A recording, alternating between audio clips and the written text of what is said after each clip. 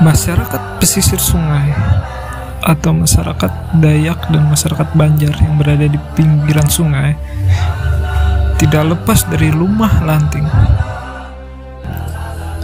Rumah lanting adalah rumah rakit tradisional dengan pondasi rakit mengapung terdiri dari susunan 3 buah batang pohon kayu yang besar. Rumah lanting selalu oleng dimainkan gelombang dari kapal yang hilir mudik di sungai. Rumah lanting banyak terdapat di sepanjang sungai di Kalimantan. Rumah lanting juga terdapat di sepanjang Sungai Musi di Palembang, Sumatera Selatan, dan sebutan rumah rakit. Rumah lanting merupakan salah satu dari 12 rumah adat yang ada di Banjar. Keberadaannya tidak terlepas dari situasi zaman dulu, ketika sungai memegang peran penting dalam kehidupan orang Banjar.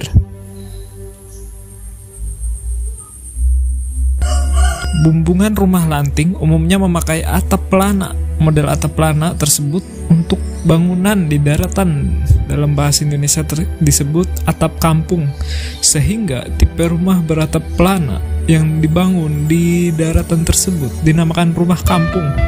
Bagian dalam rumah lanting terdiri dari ruang tamu dan ruang tidur, kamar mandi atau toilet biasanya letaknya terpisah dari bangunan utama. Sebagaimana rumah lainnya, rumah lanting juga memiliki pintu atau lawang. Biasanya menghadap ke sungai dan daratan, ada juga ke jendela kecil di sisi kiri dan kanan untuk memudahkan penghuninya atau tamu-tamunya. Dibuat juga jembatan titian sempit dari kayu yang menghubungkan rumah dengan daratan atau rumah lainnya.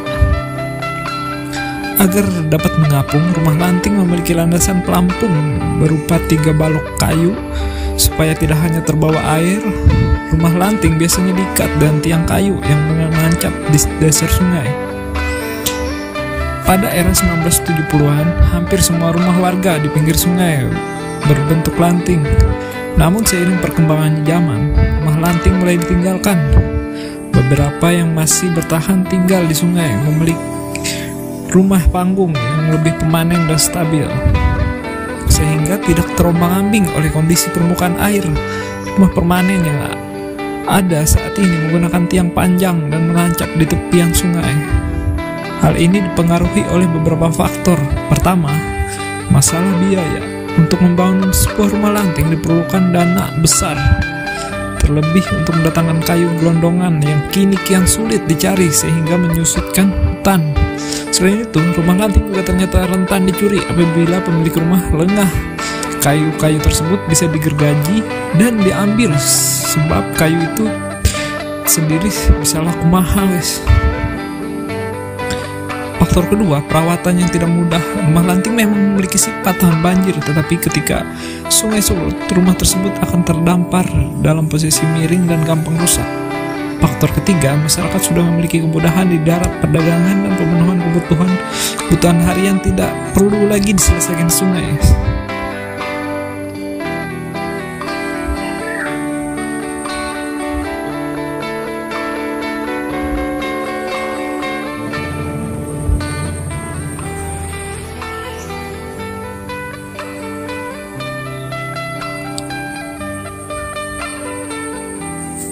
Nah, yang kita lihat ini rumah lanting merupakan rumah adat suku Dayak Bokumpa yang tinggal di bagian muara sungai. Akan tetapi karena persaingan di bagian muara sungai semakin ketat, warga akhirnya berpindah ke bagian hulu sungai, katanya.